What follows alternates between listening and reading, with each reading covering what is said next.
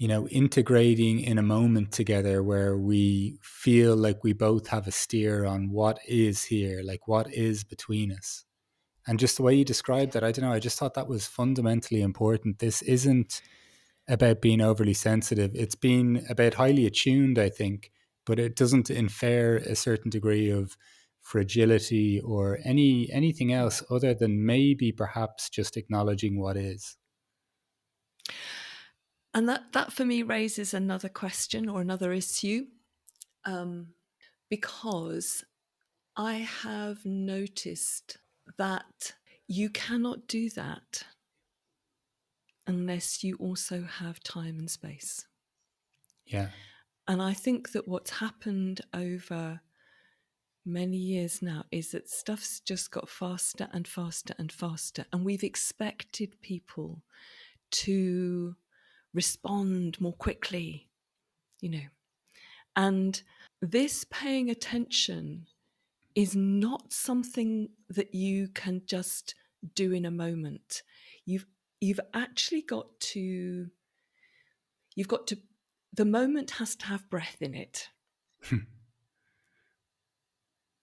And the more that I've walked, the more that I've looked, the more that I've observed, the more concerned I am that our hurriedness, our being always in a hurry. And I know that, people at my level, when I used to be at that kind of level, and then people I've worked with subsequently, there's almost a badge of busyness. If you're important, you should be busy. Oh, no. If you have a significant role to play, you have to go slower. Because attention, that noticing, happens when we're in the place where we're in sync, where we're in rhythm with each other. When we're not in rhythm with each other, we don't see, we don't notice. When we're not in rhythm, then we default to the, how do I sum this person up and decide how I'm going to react to them? But to notice someone, you've got to have some space and time.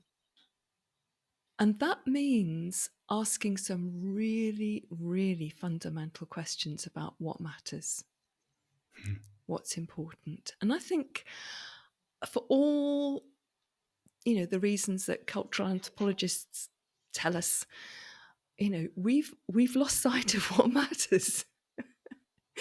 The metrics, the things that that we think shape significance, actually they're the peripheral stuff. And the consequence of that is that I don't think we spend enough time contemplating the important things. And I don't just mean that in terms of who we are personally. I think that's in our organizations, in our leadership. So one of your previous guests, Patrick Boland, who wrote the book, The Contemplative Leader, I've looked at his work, and I think what he is offering is, it's so countercultural, but it's so desperately necessary, because what it does is it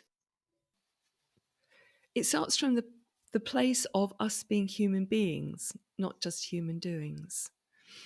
And as leaders, if we don't pay attention to the beingness, who we are, what we bring with us, what our presence carries, then it causes huge impact on everything around us without us really, really realizing it.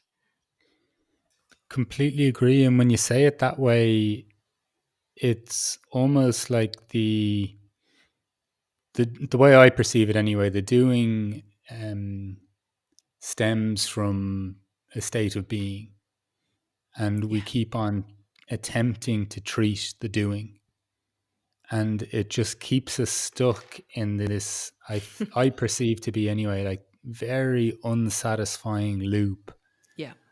of trying to understand things solely through the perspective of the doing and our actions. Yeah. And it's almost cut off from exploring the rest of our existence and even our relationship with that.